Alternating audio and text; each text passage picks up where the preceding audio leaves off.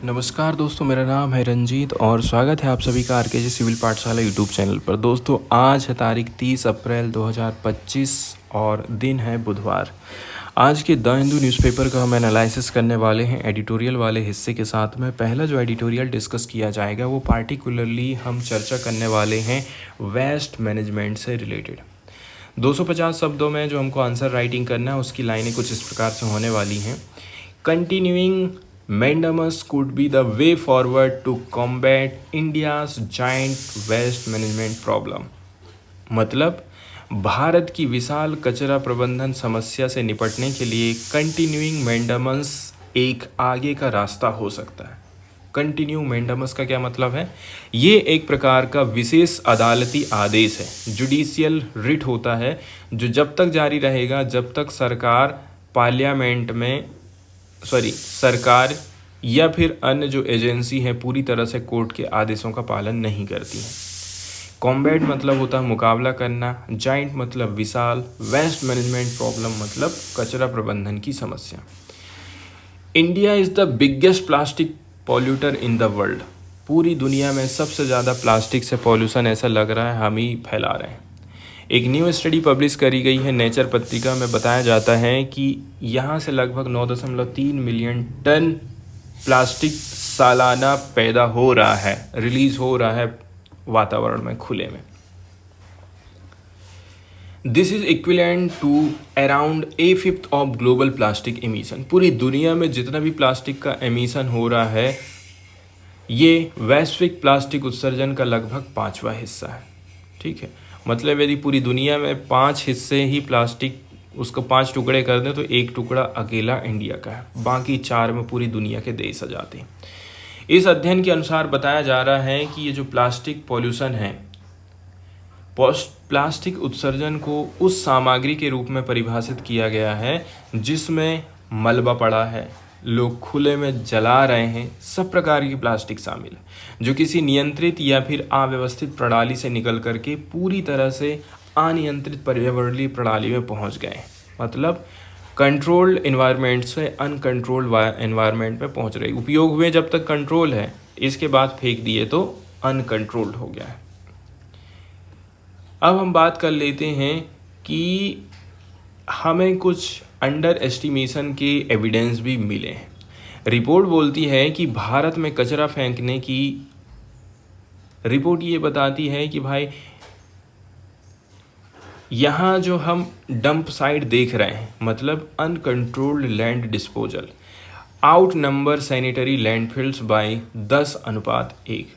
मतलब भारत में कचरा फेंकने की असंगठित जगह, जिनको डंप साइट बोल रहे हैं, कहीं भी लोग फेंक दे रहे हैं, इनकी संख्या सैनिटरी लैंडफिल मतलब संगठित और नियंत्रित कचरा निपटान प्रणाली की तुलना में 10:1 से भी अधिक। मतलब 10 जगह तो ये ढेर पड़ा हुआ है, लेकिन हम मैनेज कर पा रहे हैं मात्र एक जगह को। 10 गुना तेजी के साथ में कचरा बढ़ते जा रहा है।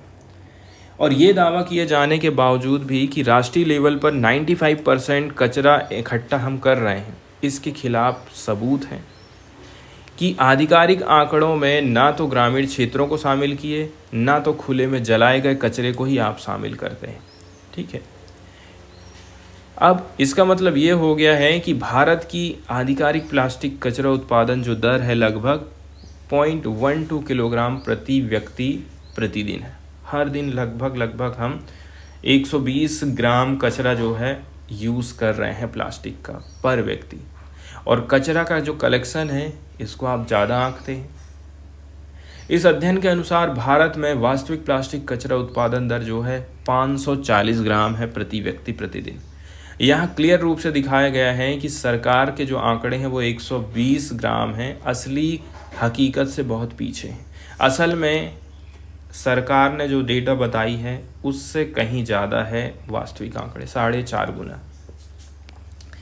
अब जो हमारा हिमालयन सेक्टर है वो भी प्लास्टिक पॉल्यूशन से बचा नहीं है। हिमालयी क्षेत्र में प्लास्टिक कचरे को लेकर के चिंताजनक स्थिति बनी हुई है। इस अखबार के एक विचार लेख ओपिनियन पेज आर्टिकल में क्या बताया गया था? बोला जा रहा है कि mountains of plastic are choking the Himalayan state.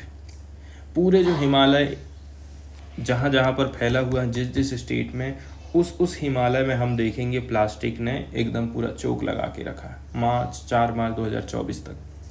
ठीक है, लेकिन एक प्रमुख बिंदु ये है कि इस क्षेत्र में कचरे की मात्रा कितनी है, कचरा कितना खतरनाक है, इसके लिए कोई डेटा अवेलेबल नहीं है। ठीक है, अब वेस्ट जनरेशन डेटा की बात करें। Waste generation estimation are typically based on input from municipality. सरकार के डेटा के हिसाब से ही सरकार बता रही कि म्यूनसिपैलिटीज़ ने क्या डेटा हमको भेजा है, लेकिन ये चीज़ तो गड़बड़ भी हो सकती है।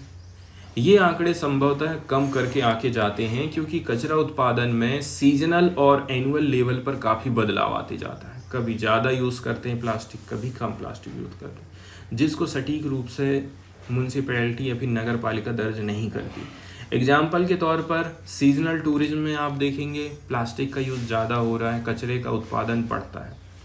और हिमालय की तीर्थ यात्रा पर जाने वाले जो पिलग्रिम्स हैं, श्रद्धालु हैं, गर्मियों के महीने में टन के हिसाब से प्लास्टिक कचरा यूज़ करते हैं, पैदा करते हैं। इसके बावजूद भी आप देखेंगे हिमालयी क्षेत्र के लिए जो अवेलेबल डेटा है केवल उत्तराखंड और हिमाचल प्रदेश से आए हैं, एंड बाकी के जो स्टेट हैं वहाँ पर हमको कोई भी डेटा देखने को नहीं मिलता है। इसलिए यहाँ से जो प्लास्टिक पॉल्यूशन है उसको ख़त्म करना बहुत ज़्यादा ज़रूरी हो जाता है, क्योंकि यदि हिमालय जैसे रीजन में प्लास्टिक पॉल्यूशन होगा तो जाहिर सी बात है वाटर की इससे टेम्परेचर और भी ज़्यादा बढ़ेगा। ठीक है, पिघलने की जो दर है वो भी ज़्यादा बढ़ने वाली है। अन्य भारतीय हिमालयी राज्य जैसे कि सिक्किम और अरुणाचल प्रदेश की हम जब चर्चा करते हैं, मणिपुर की चर्चा करते हैं, तो यहाँ से ये राज्य को हमें कोई जानकारी ही नहीं देती। ठीक है, ये आर्टिकल हमें बता रहा है कि भाई कचरा उत्पादन का आकलन सही तरीके से नहीं किया जा रहा है, क्योंकि नगर पालिकाएं अधूरे या फिर पुराने डेटा हमको दे रही हैं। मौसमी पर्यटन और तीर्थयात्रा जैसे कारकों से उत्पन्न कचरे का लेखा जोखा किसी के पास नहीं है। अधिकांश हिमालयी राज्यों का डेटा मौजूद ही नहीं है। तो हमें रिस्पॉन्सिबिलिटी लेना चाहिए वेस्ट मैनेजमेंट को लेकर के। तो भारत के ठोस कचरा हमारे पास में जो कानून मौजूद है वो कौन कौन से हैं? India solid waste management rule 2016, plastic waste management rules 2016। ये क्लियरली स्पेल आउट कर दिए हैं मैन्युफैक्चरर और म्यूनसिपालिटी की रिस्पॉन्सिबिलिटी को, मतलब इनकी कोई जिम्मेदारी ही नहीं है। तो जिम्मेदारी नहीं रहेगी तो जाहिर सी बात है पॉल्यूशन को ख़त्म नहीं किया जा सकता। इन सारे कानूनों में एक्सटेंडेड प्रोड्यूसर रिस्पॉन्सिबिलिटी शामिल है, जो प्लास्टिक पैकेजिंग के उत्पादकों को उसके कलेक्शन एंड प्रोसेसिंग की जिम्मेदारी दे रहा। किनको? प्लास्टिक पैकेजिंग के उत्पादकों को उसके संग्रहण और प्रसंस्करण की जिम्मेदारी दे रहा है। अब ये जो एक्सटेंडेड प्रोड्यूसर रिस्पॉन्सिबिलिटी होती है एक ऐसी पॉलिसी है जिसके अंतर्गत उत्पाद बनाने वाली कंपनियों को उसके कचरे को भी संभालने की जिम्मेदारी दी जा रही। अब किसी ने प्लास्टिक बनाया है, उसको ने किसी और ने ख़रीदा है, उसको वो कोई और ख़रीदा है, उसने फिर पैकेट में कुछ चीज़ डाला और मार्केट में ले जाके बेच दिया। अब वो प्रोड्यूसर उसको क्या करेगा? उसके पास में तो वो प्लास्टिक है ही नहीं, प्लास्टिक तो पहुंच गया है हम लोगों के पास और ज़मीन में पड़ा हुआ है कूड़े के कचरे के ढेर में। तो ये चीज़ बिल्कुल भी समझ में नहीं आ रही है कि जो प्रोड्यूसर है अब वो किस प्रकार से जिम्मेदारी लेगा। निर्माताओं को सेंट्रलाइज पोर्टल पर रजिस्ट्रेशन कराना पड़ेगा और ये घोषणा करना पड़ेगा कि वे हर साल बाज़ार में कितनी मात्रा में प्लास्टिक प्रोड्यूस कर रहे हैं, लेकर के आ रहे हैं। प्रत्येक प्रोड्यूसर को कलेक्शन और रिसाइकलिंग के लिए एनुअल टारगेट दिए जाते हैं, लेकिन ये सिर्फ कागजी खाना पूर्ति बनकर रह गए, पेपर वर्क एक्सरसाइज बन कर के रह गए हैं। नियमों का पालन बहुत कमज़ोर है।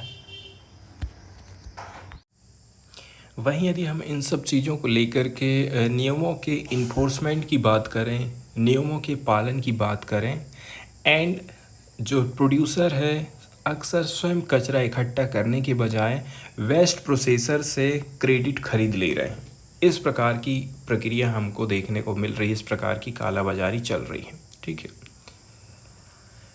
वहीं यदि हम बात कर लेते हैं हिमालयन रीजन की तरफ में, यदि हम जाते हैं और यहाँ पर वेस्ट मैनेजमेंट की बात कर लें तो इंडियन हिमालयन रीजन में रिसाइकलिंग की कैपेसिटी बहुत ही ज़्यादा लिमिटेड है। ठीक है, बहुत कम मात्रा में कचरे को दोबारा इस्तेमाल लायक बनाया जा रहा है। पूरे क्षेत्र में केवल 2 बड़े लेवल पर प्लास्टिक रिसाइकलिंग प्लांट्स हैं और दोनों ही हिमाचल प्रदेश में लोकेटेड हैं। बाकी कहीं पर हमको कोई व्यवस्था नहीं देखने को मिलती है।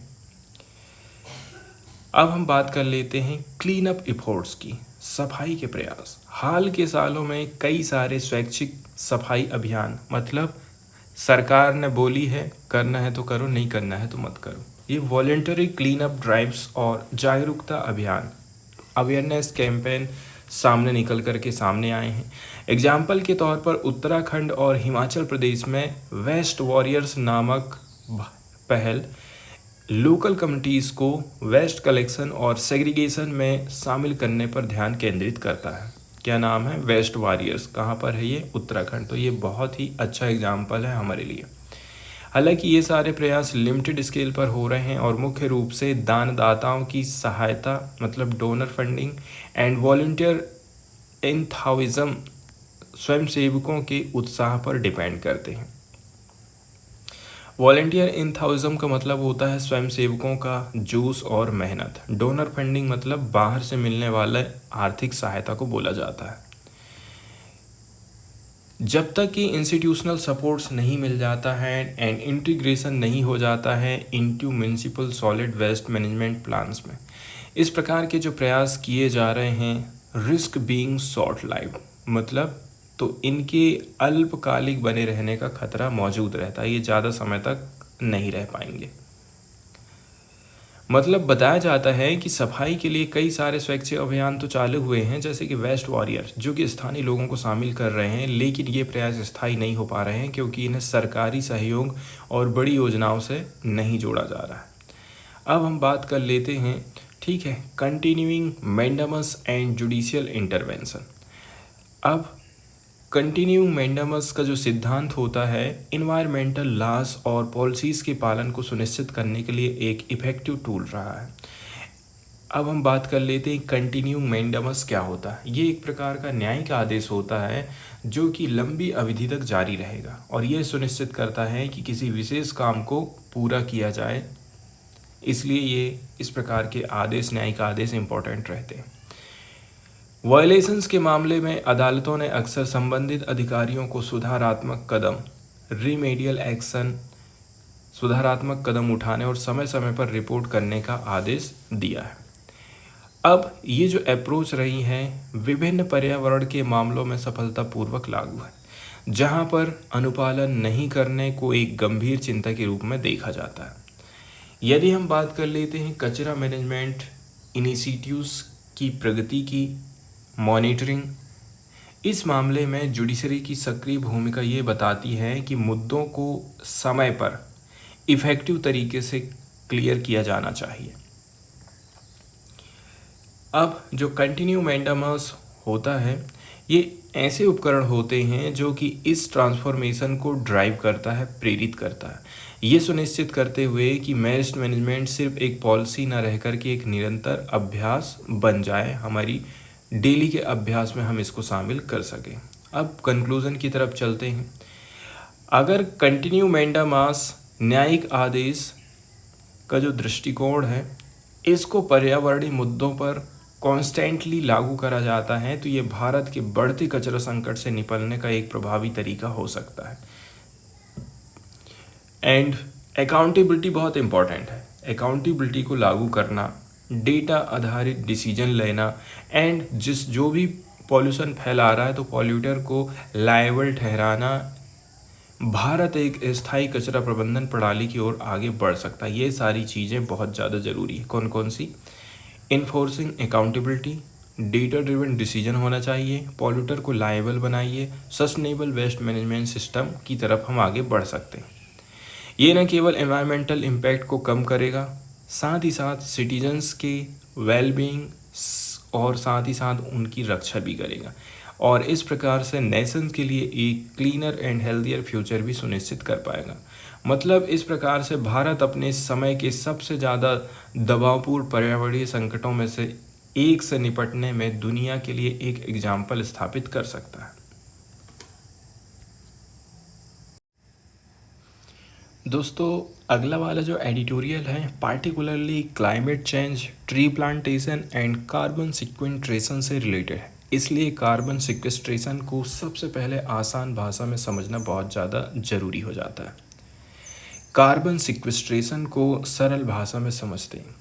कार्बन सिक्वेस्ट्रेशन का मतलब है, कार्बन मतलब CO2 को वातावरण से सोख करके उसे लंबे समय तक हम कैसे करके स्टोर करके रख सकते हैं ताकि जलवायु परिवर्तन और ग्लोबल वार्मिंग को हम कम कर सकें। एग्जाम्पल से समझते हैं। पेड़ पौधों की बात करें, नेचुरल तरीका ये होता है, पेड़ प्रकाश संश्लेषण के जरिए हवा से CO2 को सोखते हैं और ऑक्सीजन छोड़ते हैं। ये कार्बन पेड़ों की लकड़ी, पत्ती और मिट्टी में जमा हो जाता है। एग्जाम्पल के तौर पर एक बड़ा जंगल हर साल हजारों टन CO2 को सोखकर जलवायु को स्थिर करने में मदद कर रहा है।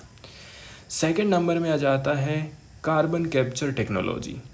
फैक्ट्री और पावर प्लांट से निकलने वाली CO2 को पकड़ करके हम ज़मीन के अंदर जैसे खाली तेल के कुओं में डाल देते हैं। एग्जाम्पल के तौर पर नॉर्वे से सीख सकते हैं। यहाँ पर नॉर्दर्न लाइट्स प्रोजेक्ट में CO2 को समुद्र के नीचे स्टोर किया जा रहा है। तीसरे नंबर में मिट्टी में हम कार्बन को जमा करके रख सकते हैं। किसान खेतों में कम जुताई करके और जैविक कंपोस्ट डाल करके, ऑर्गेनिक कंपोस्ट डाल करके मिट्टी में कार्बन बढ़ा सकते हैं। एग्जाम्पल के तौर पर भारत में जीरो टिलेज फार्मिंग से मिट्टी की उर्वरता बढ़ती है और कार्बन स्टोर होते जाता है। तो कुल मिलाकर के आप ये समझ लीजिए कि कार्बन सिक्वेस्ट्रेशन का मतलब है वातावरण से CO2 को कम करो और उसे सुरक्षित जगह पर पहुंचा दो, उसको स्टोर करके रख लो। अब हम सीधे सीधे चलते हैं पार्टिकुलरली हमारे देश में क्लाइमेट चेंज से हम कैसे करके लड़ाई लड़ सकते हैं। ठीक है, भारत ने बोला है कि हम 2070 तक नेट जीरो अचीव कर लेंगे। ठीक है, बहुत सारे बड़े बड़े टारगेट हमारी तरफ से सेट किए गए थे। नेट जीरो का क्या मतलब है?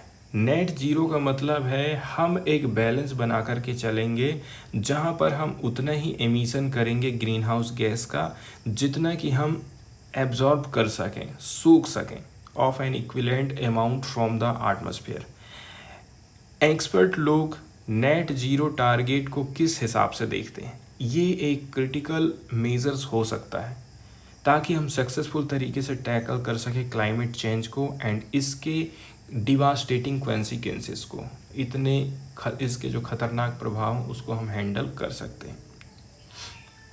उस समय में जब नेट जीरो की बात हो रही थी तो प्रधानमंत्री नरेंद्र मोदी की तरफ से बहुत सारी बातें बोली गई थी, जैसे कि भारत ने बोला था 2030 तक इंडिया रिड्यूस कर देगा कार्बन इंटेंसिटी को हमारे देश की इकोनॉमी से 45% तक। पहले हमने 35% बोले थे, अब हम 45% तक कार्बन इमिशन को कम कर देंगे। और उसी समय हमने ये घोषणा करे थे कि 2070 तक India will achieve the target of net zero 2070। अब जैसे जैसे हम नेट जीरो एमिशन की तरफ आगे बढ़ रहे हैं तो tree plantation and carbon sequestration की पिलर्स माने जाते हैं of its sustainability strategy. The risk of inaction are too high. लेकिन दिक्कत वाली बात ये हो जाती है, यदि आप कोई एक्शन नहीं लेते हैं तो इससे जो रिस्क है बहुत ज़्यादा हाई हमको देखने को मिल रहा है। अब हम देख रहे हैं कि क्लाइमेट चेंज का असर तेज़ी के साथ में बढ़ते जा रहा है, तो उसी हिसाब से हमें हमारे प्रयास भी आगे बढ़ाने की ज़रूरत है। Tree plantation and carbon sequestration essential माने जाते हैं इन्वायरमेंटल सस्टेनेबिलिटी के लिए। यदि हम इंडिया के लिए ही बात करें जो कि रैपिड ग्रोइंग इकोनॉमी माना जा रहा है, लेकिन यहाँ की जो इंडस्ट्री है कार्बन इंटेंसिव है एंड ऐसे समय में हमें ट्री कवर को एक्सपांड करना काफ़ी क्रूशियल हो जाता है यदि हम मिटिगेट करना चाहते हैं क्लाइमेट चेंज को। इसके साथ ही साथ सपोर्ट करना चाहिए इंडस्ट्रियल ग्रोथ को एंड रूरल लाइवलीहुड। तो तीनों चीज़ को यहाँ पर साथ में लेकर चलने की ज़रूरत है। इंडिया के फॉरेस्ट एंड ट्री कवर की बात करें तो वो लगभग 25.17% है। इंडिया में जितनी भी ज़मीन है उसके 25% हिस्से पर ट्री कवर है। Significantly below the 33% target set by the national forest policy of 1988। लेकिन बहुत पुरानी जो हमारी फॉरेस्ट पॉलिसी है उससे भी हम लोअर लेवल पर हैं अभी। 1988 में हमने घोषणा करे थे कि हमारी जितनी भी ज़मीन है उसमें 33% में फॉरेस्ट होना चाहिए, हम उस टारगेट से भी अभी पीछे हैं। ये शॉर्टफॉल गंभीर प्रभाव डालती है क्योंकि deforestation, rapid urbanisation and industrial emission लगातार इकोसिस्टम को डिग्रेड करने में लगे हुए हैं, वातावरण को बर्बाद करने में लगे हुए हैं। अब एफॉरेस्टेशन को कैसे करके एक्सिलरेट कर सकते हैं? Tree plantation naturally carbon sink के रूप में काम करता है, जो वातावरण में मौजूद CO2 को एब्जॉर्ब करते हैं और उसको स्टोर करके रखते हैं। लेकिन भारत में इस सिक्वेस्ट्रेशन पोटेंशियल को लार्ज स्केल एफॉरेस्टेशन प्रोग्राम के साथ, मतलब बड़े पैमाने पर वनीकरण कार्यक्रमों के जरिए हमें बढ़ाने की ज़रूरत है। खाली उसी के कार्बन सिक्वेस्ट्रेशन के ही खाली हम भरोसे ना बैठे रहें। ग्रीन हाउस गैस इमिशन को कम करने के अलावा हमें ट्री कवर को बढ़ाना है, मतलब वृक्षादन को बढ़ाना है, मिट्टी की सेहत को सुधारना है, soil health, ground water, water retention, oil erosion, extreme weather event के विरुद्ध भी ट्री का कवर हमारी बहुत मदद करता है। यदि हमारे पास में पेड़ पौधे ज़्यादा रहेंगे भारत की भूमि में तो ग्रीन हाउस गैस कम होगी, ट्री कवर बढ़ेगा, सॉइल हेल्थ अच्छा होगा, ग्राउंड वाटर भी अच्छी तरीके से रिचार्ज होगा एंड वाटर रिटेंशन, पानी को रोक करके ये रखते हैं, सॉइल इरोजन को रोकते हैं। एक्सट्रीम वेदर इवेंट के हिसाब से भी हम काफ़ी अपने आप को बचा सकते हैं। इस चीज़ को रिकॉग्नाइज यदि हमको करना है, इस चीज़ को हमें समझने की बहुत ज़्यादा ज़रूरत है। इस बात को रिकॉग्नाइज करते हुए भारत ने बहुत सारी पॉलिसी और इनिशिएटिव चालू की हैं ताकि एफॉरेस्टेशन एफर्ट्स को हम तेज कर सकें। जैसे कि हम चर्चा कर लेते हैं पार्टिकुलरली कुछ इनिशिएटिव्स जो आई हैं, उनमें से हम बात कर लेते हैं। पहली स्कीम कौन सी है? नेशनल एग्रो फॉरेस्ट्री पॉलिसी 2024, जिसको हिंदी में बोलते हैं राष्ट्रीय कृषि वानिकी नीति 2014, और trees outside forest in India programme, मतलब भारत में वनों के बाहर पेड़ लगाने का कार्यक्रम। Private land owners, farmer, industries, इन सब को लार्ज स्केल ट्री प्लांटिंग में पार्टिसिपेट करने के लिए इनकरेज करते हैं इस प्रकार के प्रोग्राम। ये प्रोग्राम चलाए जा रहे हैं ताकि हम जो नेचुरल फॉरेस्ट है इन पर टिम्बर और फ्यूल वुड के लिए जो निर्भरता है वो कम करें, हमको जंगल ही जाने की ज़रूरत ना पड़े, बाहर से ही अपना काम चल जाए। डिग्रेडेड इकोसिस्टम को रिस्टोर करना है, रूरल कम्युनिटीज़ को और भी ज़्यादा एम्पावरमेंट प्रोवाइड करना है एंड एडिशनल इनकम को भी हमें इंश्योर करना है। ग्रीन इंडिया मिशन आया इसके बाद, ठीक है। तो ग्रीन इंडिया मिशन के अंतर्गत, जो कि national action plan on climate change का एक हिस्सा है, इसमें बर्बाद हो चुके वनों को हम फिर से जिंदा करते हैं, सस्टेनेबल फॉरेस्ट मैनेजमेंट की बात की जाती है एंड ये एक इंस्ट्रूमेंट की तरह काम कर रहा है। गवर्नमेंट डेटा की बात करें तो GIM ग्रीन इंडिया मिशन ने 2017 से 21 के बीच फॉरेस्ट कवर को बढ़ाने में लगभग आधा 0.56% मदद करी है, जो कि बहुत ही ज़्यादा लो है। वहीं फिर हम बात कर लेते हैं कारपोरेट सोशल रिस्पॉन्सिबिलिटी इनिशिएटिव भी आई हैं, जिसमें सरकार कंपनियों को बोलती है आप जो CSR में खर्चा कर रहे हैं ना, वो पैसा को आप ट्री प्लांटेशन में खर्चा करिए।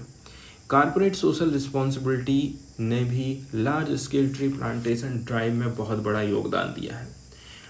ऑटोमोबाइल मैन्युफैक्चरिंग, सीमेंट हो चाहे वो एनर्जी हो, इस क्षेत्र की कंपनियों ने एमिशन को ऑफसेट करने के लिए, मतलब बराबर करने के लिए बहुत सारे ट्री प्लांटेशन के प्रोजेक्ट चलाए हैं।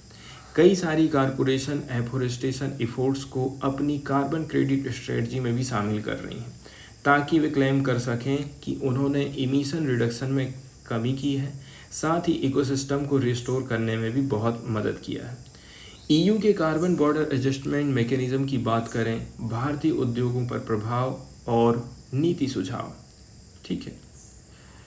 अब भारतीय उद्योगों पर अपना कार्बन फुटप्रिंट, मतलब कितनी मात्रा में ग्रीन हाउस गैस आप छोड़ रहे हैं, कम करने का ग्रोइंग प्रेशर बढ़ते जा रहा है, क्योंकि इंटरनेशनल रेगुलेशन अब बहुत ज़्यादा कड़े हो चुके हैं। यूरोपीय यूनियन का कार्बन बॉर्डर एडजस्टमेंट मैकेनिज्म जो 2026 में लागू किया जाएगा, उन कार्बन इंटेंसिव इंपोर्ट जैसे कि इस्पात, सीमेंट, एल्युमिनियम, इन सब के ऊपर टैरिफ लगाएगा। क्यों? क्योंकि इसमें आप जितना कार्बन को यूज़ किए हैं ना, उस हिसाब से आपकी चीज़ें महंगी हो जाएंगी, ऐसा कहना है यूरोपीय यूनियन का। चूँकि भारत और ईयू के बीच में जो ट्रेड रहा था 2023 में लगभग रहा था 124 बिलियन यूरो तक पहुंच गया है। यदि इस प्रकार से वो टैक्स लगाता है हमारे ऊपर, तो जाहिर सी बात है हमारा एक्सपोर्ट प्रभावित होगा। ये टैरिफ भारतीय एक्सपोर्टर पर काफ़ी इम्पैक्ट डालने वाले हैं, इसलिए भारत को कुछ ना कुछ कदम उठाने की ज़रूरत है। ग्लोबल मार्केट में कॉम्पिटिटिव बने रहने के लिए इंडस्ट्रीज़ अब ज़्यादा से ज़्यादा कार्बन ऑफसेट प्रोजेक्ट में निवेश कर रही हैं, जिसमें लार्ज स्केल ट्री प्लांटेशन सबसे जाने मानी चीज़ मानी जाती है।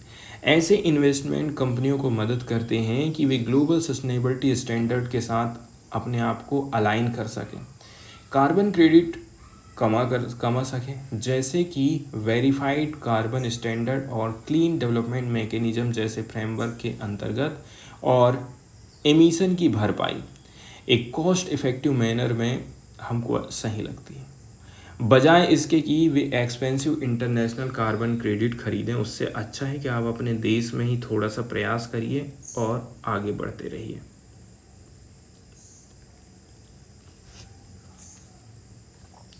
अब सस्टेनेबिलिटी सिर्फ रेगुलेटरी कॉम्प्लायंस पर नहीं रह गई है, ये एक स्ट्रेटजिक एडवांटेजेस भी बन चुकी है।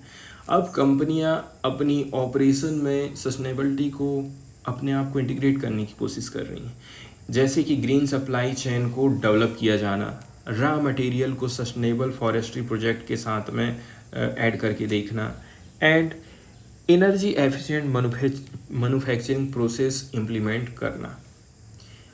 चूँकि अब global capital market environmental, social and governance principle को ज़्यादा प्राथमिकता दे रहा है, इसलिए भारत की कंपनियों को अपनी मार्केट पोजीशन बनाए रखने के लिए थोड़ा सा आगे आने की ज़रूरत है। अब बात करते हैं economic and social benefit of afforestation and policy recommendation.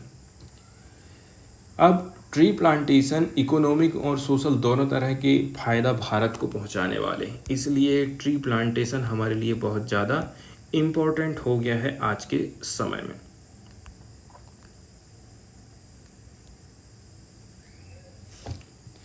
बड़े लेवल पर चलाए गए afforestation initiative millions of job provide करते हैं। नर्सरी मैनेजमेंट का काम, फॉरेस्ट कंजर्वेशन का काम, एग्रो फॉरेस्ट्री जैसे क्षेत्र में रोजगार के अवसर बढ़ते हैं। नर्सरी मैनेजमेंट का मतलब होता है पौधों को तैयार करने और उनकी देखभाल करने वाली जगह, जो कि रोजगार दे रही। एफॉरेस्ट्री का मतलब है खेत में खेती के साथ साथ आप पेड़ भी लगाइए, जिससे आपको दोहरा लाभ मिल सके। ये सारी चीज़ें रूरल कम्युनिटीज़ के लिए ख़ास तौर पर बहुत ज़्यादा ज़रूरी हो जाती हैं। एग्रो फॉरेस्ट्री जो कि पेड़ों को एग्रीकल्चर सिस्टम में शामिल करता है, एक बहुत ही प्रॉमिसिंग अप्रोच हमको देखने को मिली है, बहुत ही फ़ायदेमंद ये चीज़ है। ये तरीका किसानों को खेती के साथ पेड़ों का भी फ़ायदा दे रहा है, जैसे आपको लकड़ी मिल गई, फल मिल गए, जड़ी बूटी इत्यादि मिल गए। इसके अलावा पेड़ यदि हम फसल के साथ साथ लगा रहे हैं, बीच बीच में लगा दे रहे हैं, तो हमारी मिट्टी की जो उपजाऊपन है उसको बढ़ाता है। न्यूट्रिएंट साइकिलिंग मतलब पोषक तत्वों के चक्र को सुधारता है। लकड़ी, फ्रूट, मेडिसिनल प्लांट्स, ये सारे फायदे किसानों को मिल जाते हैं, मतलब एडिशनल इनकम हो सकती है। और ये रेजिलेंस बढ़ाता है, सूखा, एराटिक वेदर कंडीशन से भी निपटने में बहुत हेल्प करेगा। अब जैसे किसान ने गेहूं की फसल बोया और बीच बीच में उसने आम या फिर जाम के पेड़ लगा लिए हैं, सीताफल के पेड़ लगा लिए हैं, तो इससे क्या फ़ायदा होगा? जाम और आम भी बेच दो और फसल भी बेच दो, डबल मुनाफा कमाओ। रेजिलेंस का मतलब होता है किसी संकट को झेलने की कैपेसिटी, जैसे मौसम की मार को सहना। Indian council of agriculture research की एक स्टडी आई है जिसमें बोला जाता है कि एग्रो फॉरेस्ट्री से किसानों की जो इनकम है वो 20 से 30% तक बढ़ सकती है। इसलिए किसानों को इस सेक्टर में बहुत ज़्यादा ध्यान देने की ज़रूरत है। पेड़ों के साथ खेती करने से सिर्फ पर्यावरण को नहीं बचा रहे हैं, आपकी जेब भी मजबूत हो रही है। कम्युनिटी लीड एफॉरेस्टेशन को सपोर्ट देने के लिए गवर्नमेंट और नॉन गवर्नमेंटल ऑर्गेनाइजेशन एनजीओ दोनों को आगे आना जरूरी है ताकि फाइनेंशियल इंसेंटिव मिल सके। ट्रेनिंग, कैपेसिटी बिल्डिंग के प्रोग्राम एंड ग्रामीण लोगों को हम एजुकेट कर सकें। मार्केट लिंकेजेस हो सके ताकि ग्रामीण लोग फॉरेस्ट बेस्ड प्रोडक्ट जैसे लकड़ी, शहद, औषधि पौधे को बेचेंगे और फायदा कमाएंगे। मतलब सरकार और एनजीओ मिलकर के ये देख रहे हैं कि ग्रामीणों को पैसा मिले, ज्ञान मिले और बाजार, तीनों चीज़ मिल सके ताकि वे पेड़ लगा करके कमाई भी करेंगे, ताकि उनको थोड़ा सा प्रोत्साहन मिल सके। ये सारे के सारे प्रयास रिस्पॉन्सिबिलिटी और ऑनरशिप को बढ़ावा देते हैं, फॉस्टरिंग करते हैं। मतलब इन परियोजनाओं को अपनी चीज़ समझ करके लोग दिल से काम करते हैं, जिससे योजना सफल हो जाती है। अब कुछ पॉलिसी रिकमेंडेशन दिए जाते हैं यहाँ पर राइटर की तरफ से, इनको हम समझते हैं। इसके बेनिफिट होने के बावजूद लार्ज स्केल ट्री प्लांटेशन को कई सारे चैलेंजेस का सामना करना पड़ सकता है। एक चैलेंज ये है कि कार्बन क्रेडिट की कॉस्ट तेज़ी के साथ बढ़ रही है। मतलब कंपनियों को अब ज़्यादा पैसे खर्च करने पड़ते हैं अगर वे अपने एमिशन की भरपाई करना चाहते हैं। तो 2023 में यदि देखा जाए, EU एमिशन ट्रेडिंग सिस्टम के अंतर्गत कार्बन क्रेडिट की एवरेज प्राइस 83 यूरो पर टन CO2 थी। मतलब ये काफ़ी महंगी दर है, जिससे भारतीय कंपनियों पर दबाव बढ़ते जा रहा है। भारतीय बिजनेसेस के लिए एफॉरेस्टेशन में इन्वेस्टमेंट करना एक ज़्यादा कॉस्ट इफेक्टिव सॉल्यूशन है, इसके मुकाबले कि वे इंटरनेशनल मार्केट से एक्सपेंसिव कार्बन क्रेडिट खरीदने की उनको ज़रूरत बिल्कुल भी नहीं। अब ये जो क्रेडिट क्या होते हैं, जैसे कि हम बात कर रहे हैं, हमारे देश की कोई कंपनी है, वो 100 की बजाय 120 टन CO2 एमिशन कर रही है। अब दूसरी कंपनी ऐसी भी है फॉरेन की कि वो 100 की बजाय 80 ही कर पा रही है। सरकार ने बोली 100 तक अलाउ है। अब उसके पास में जो 20 क्रेडिट अवेलेबल है उसको ये कंपनी खरीद लेगी। विदेशी कंपनी को फ़ायदा हो जाएगा और इंडियन कंपनीज को नुकसान तो होगा, लेकिन वो कार्बन एमिशन उसका 120 टन भी अलाउ माना जाएगा। सीधा मतलब है कि भारत की कंपनियां अगर खुद पेड़ लगाएं तो वो सस्ता और फ़ायदेमंद है, बजाय इसके कि वो विदेश से कार्बन क्रेडिट खरीदें।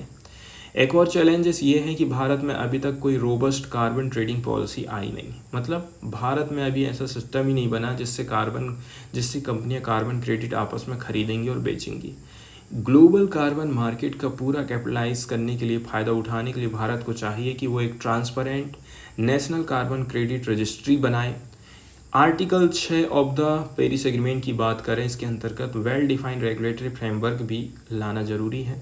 फाइनेंशियल इंसेंटिव आप प्रोवाइड करिए ताकि प्राइवेट सेक्टर इन्वेस्टमेंट बढ़ा सके एफॉरेस्टेशन में।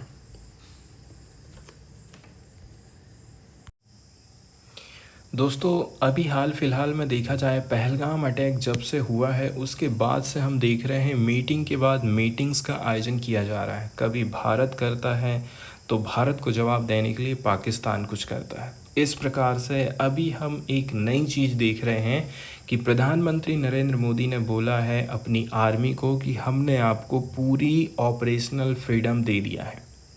तो आज क्यों दे रहे हैं, पहले से क्यों नहीं दे के रखे थे? यहाँ पर क्वेश्चन ये उठता है। अब प्रधानमंत्री ने बोला है ऑपरेशनल फ्रीडम हम दे रहे हैं फुल 100%। मतलब कब हमला करोगे आप, किसको टारगेट करना है और कैसे करोगे, हमसे परमिशन लेने की कोई ज़रूरत नहीं, फुल आज़ादी है। लेकिन इसका इस्तेमाल आमतौर पर राजनीतिक अनुमति के बाद ही होता है, खास करके जब कार्रवाई सीमा के पार करनी हो, मतलब युद्ध जैसे हालात बनते हैं। अभी तक ऐसा था कि लिमिटेड फ्रीडम दी जाती थी। सेना के पास टैक्टिकल लेवल पर आज़ादी तो रहती है, जैसे कि LOC पर जवाब देना है, ऑपरेशंस करना है, लेकिन कुछ स्ट्रैटेजिक एक्शंस रहते हैं, जैसे कि सर्जिकल स्ट्राइक 2016 या फिर बालाकोट स्ट्राइक 2019। ये सीधे तौर पर प्रधानमंत्री और कैबिनेट कमेटी ऑन सिक्योरिटी के मंजूरी से ही किए गए थे। अब शायद प्रधानमंत्री नरेंद्र मोदी भी बोल रहे हैं मेरे को आप साइड करो, आप अपने हिसाब से काम करो। अब बात करते हैं कि ये जो मीटिंग हुई है इसमें क्या क्या चीज़ हमको देखने को मिलती है। अब ये पुष्टि करते हुए कि आतंकवाद को हमको करारा जवाब देना है, भारत का एक राष्ट्रीय संकल्प है। प्रधानमंत्री नरेंद्र मोदी ने मंगलवार को ये बोला है कि भारतीय सशस्त्र बलों को, आर्म फोर्स को पूरा विश्वास है और इनके ऊपर हमें पूरा भरोसा है, और साथ ही साथ हम उनको पूरी कंप्लीट ऑपरेशनल फ्रीडम दे रहे हैं कि वे रिस्पॉन्स कैसे करना है, किसको टारगेट करना है, कितने बजे करना है, ये खुद तय करें। ये बयान पिछले सप्ताह पहलगाम में हुए आतंकी हमले के बाद आया था, जिसमें 26 लोग मारे गए।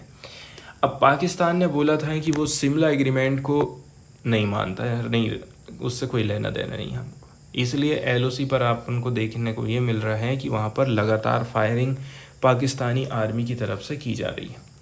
प्रधानमंत्री ने ये बात रक्षा मंत्री राजनाथ सिंह, सुरक्षा सलाहकार Ajit Doval, chief of defence staff general Anil Chauhan है, थल सेना के प्रमुख है जनरल उपेंद्र द्विवेदी, वायुसेना के प्रमुख है एयर मार्शल एपी सिंह और नौसेना के प्रमुख है एडमिरल दिनेश त्रिपाठी। इनके साथ में मंगलवार को मीटिंग हुई थी प्रधानमंत्री निवास पर, तभी उन्होंने ये बात बोली है। सरकारी सूत्र से ये पता चला है कि ये जो हाई लेवल की बैठक रही थी उस दिन हुई थी जब प्रधानमंत्री अगले दिन कैबिनेट कमेटी ऑन सिक्योरिटी की अध्यक्षता करने वाले हैं, मतलब आज, और ये पहलगाम हमले के बाद दूसरी ऐसी बैठक होगी। एक और सरकारी सूत्र से पता चला है कि मोदी ने भारतीय सशस्त्र बलों की पेशेवर क्षमताओं पर पूरा विश्वास और भरोसा जताया है। उन्होंने ये भी जोड़ा है कि सशस्त्र बलों को पूरी ऑपरेशनल फ्रीडम है कि वे कैसे करके हमला करेंगे, कहाँ करना है, कितने बजे करना है, आप खुद डिसाइड कर लो। ये बैठक ये कार्यवाही दे रही है कि कुछ जो मिलिट्री एक्शंस है उन पर विचार किया जा रहा है, जो कि पहलगाम हमले के बाद पाकिस्तान के खिलाफ डिप्लोमेटिक मेजर्स की एक श्रृंखला के बाद की जा सकती है। इसी बीच खुफिया जानकारी पर आधारित टारगेटेड काउंटर टेरर ऑपरेशंस मंगलवार को कश्मीर में जारी रहे और पता चला है कि एलओसी पर 5वीं बार लगातार रात में संघर्ष विराम उल्लंघन हुआ है, सीज फायर वायलेशन हुआ है पाकिस्तान की तरफ से। मतलब 28 से 29 अप्रैल की रात को पाकिस्तानी सेना ने बिना किसी अनप्रोवेक्ड, बिना किसी उकसावे के छोटे हथियारों से गोलीबारी करी थी। कहाँ पर? कुपवाड़ा और बारामूला जिलों के सामने और अखनूर सेक्टर में हुई है। अब मंगलवार के दिन ही गृह सचिव गोविंद मोहन ने एक बैठक की अध्यक्षता करी थी, जिसमें सीमा सुरक्षा बल, BSF, Assam rifle, NSG, director general के साथ साथ सीआरपीएफ और सीआईएसएफ के बड़े बड़े अधिकारी शामिल थे। तो एक वरिष्ठ सरकारी अधिकारी ने बताया था कि सुरक्षा बलों को सतर्क रहने और सीमा पर ज़्यादा से ज़्यादा निगरानी बनाए रखने के लिए बोला गया। अब इसी बीच में एक अलग टाइप से हमें समझ में नहीं आता आरएसएस ने क्या बोल दिया। मोहन भागवत ने मंगलवार को बोला कि प्रधानमंत्री मोदी से उनके सरकारी निवास पर मुलाकात हुई है। आरएसएस के सूत्रों के अनुसार ये बैठक आधे घंटे से भी ज़्यादा टाइम तक चली थी और इसका मुख्य विषय था कश्मीर की सुरक्षा स्थिति और आतंकी हमले के प्रति भारत की संभावित प्रतिक्रिया क्या है। और अमित शाह भी वहीं पर बैठे थे।